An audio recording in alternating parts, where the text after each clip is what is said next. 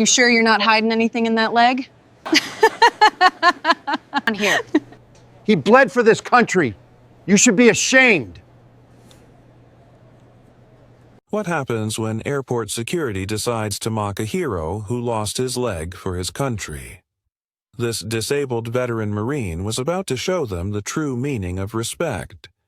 The Marine rolled his wheelchair toward the airport security checkpoint, his prosthetic leg hidden beneath his torn uniform. Every step felt like a battle, but he had fought much harder ones. He just wanted to get through this and board his flight. The airport's sterile, fluorescent-lit atmosphere didn't help. As he moved closer to the checkpoint, the security officer sneered and said loud enough for others to hear, "You sure you're not hiding anything in that leg?" The Marine sighed, already bracing for the usual mockery. The officer glanced at the prosthetic and then back at him, her eyes filled with condescension. "Bet you wish you didn't sign up for this, huh?" She laughed, and the Marine gritted his teeth. The mocking was part of the routine now, but today it would be different. He wasn't going to let this slide. Once he'd been part of something bigger than himself. The camaraderie, the shared purpose in the military, had meant everything. Now it was just him. The days were long, and the isolation weighed on him. His prosthetic leg wasn't just a piece of equipment. It was a constant reminder of the chaos he had survived. He remembered his deployment with the 1st Battalion, 5th Marines. 7 grueling months in Helmand Province. The explosion that tore his leg away wasn't some quick, clean injury. It was brutal, violent, and came out of nowhere. He remembered the deafening blast, the sharp sting of metal slicing through his leg, and the burning heat as he was thrown into the air. The world had gone silent for a moment, then the pain had hit. He'd woken up in a hospital, pale and broken, with his unit commander at his bedside, his leg gone. That moment had changed everything. But now, years later, all he had to show for it was this: mockery at an airport. When the Marine reached the conveyor belt, the female officer's smirk never wavered. "We'll need to check your legs, sir," she said, her voice rising just enough for others to hear. The Marine, used to this, nodded and began unfastening his prosthetic. She leaned in closer, inspecting it with exaggerated curiosity.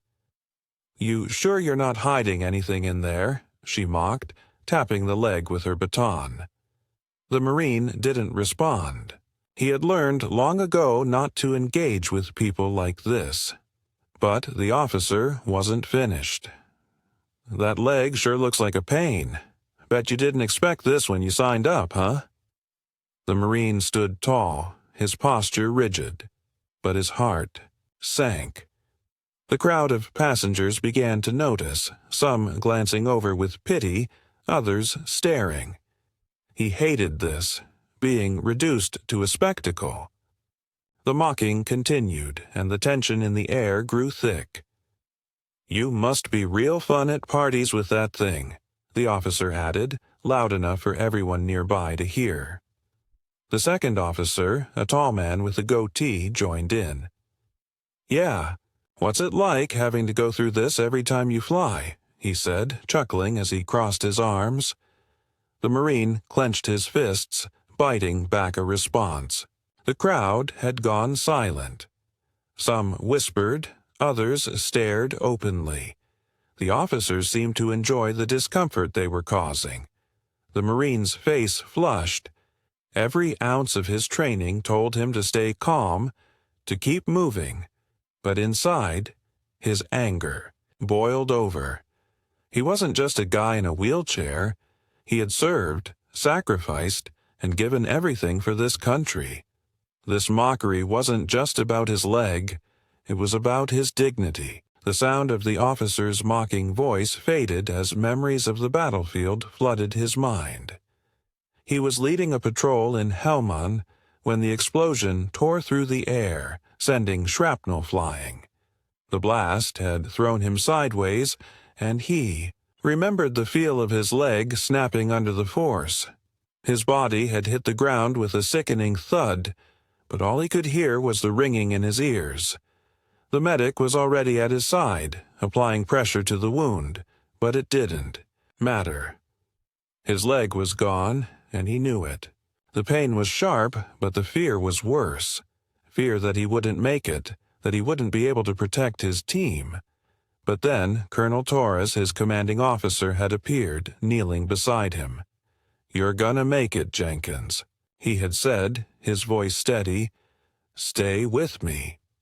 Jenkins held on, focusing on Torres' words as the world around him spun. The memory of that day, the men he had lost, and the pain of his injury was still fresh.